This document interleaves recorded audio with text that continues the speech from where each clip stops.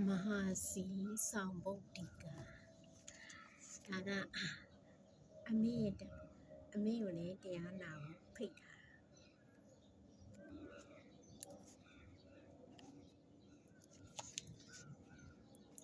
အဲ့ဒါကိုနေ့တန်းရေးသားတာကအရှင်ဥဝိစာရင်ဒအရှင်ဝိစာရင်ဒဆိုတာလေငယ်တုန်းကဆရာတော်ပဲပေါ့နော်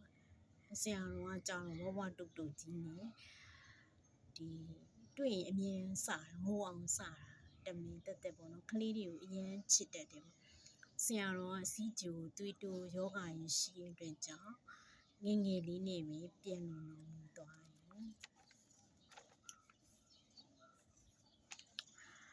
ဣဇာဥကိုစီစဉ်တော်တဲ့အရှင်ကေလာသဒီဒင်္ဂပါဏက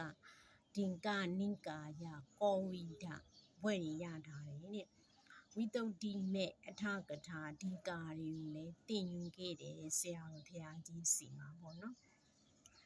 ပရိယတ်ပฏิပတ်ကိုလေတဲ့အချိန်ကြာမြင့်စွာ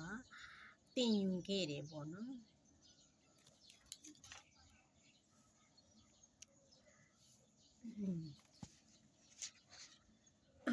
ဆရာတော်ဘုရားကြီးရဲ့နီးရလေတဲ့တတိပဋ္ဌာန်နီးဘုရားဟောခဲ့တာပဲဖြစ်တယ်တဲ့အဲ့တော့ဒီဟာတွေကိုစောင့်ပုဒ်ကလေးတွေရေးသားပြီးတော့စီစဉ်ထားတာဝိပဿနာနဲ့ပတ်သက်တဲ့စောင့်ပုဒ်ကလေးတွေရှိရင်ပေါ့နော်အဲ့ဒါဒီလိုလေလူငယ်တွေကိုသင်ကြားပေးရတဲ့တန်ပေါက်ရှစ်လုံးပွဲနဲ့ရိုးလေးလုံးဆက်လင်းကစောင့်ပုဒ်တွေကိုလည်းထည့်သွင်းထားတယ်တဲ့အပေဘေးငင်းခွင့်ရဲ့အစဉ်အသင့်ရောက်ပါစီထိုဉဏ်ဖြင့်လေမတော်ပဲဆင်းရဲငြိမ်းပါစေဖြစ်ပေါ်လာညာစိတ်ကြမ်းများပယ်ရှားနိုင်ပါစေဟူသောတဲ့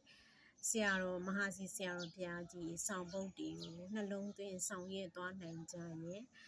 အနာဂတ်သာသနာတော်အတွက်ဘုန်းကြီးကထပ်လောင်းရေးအထူးတိုက်တွန်းအပ်ပါအရှင်ဝိစာရိဒဓမ္မစရိယသာသနာရိပ်သာရန်ကုန်မြို့အဲ့လိုမျိုးရေးသားထားတယ်နော်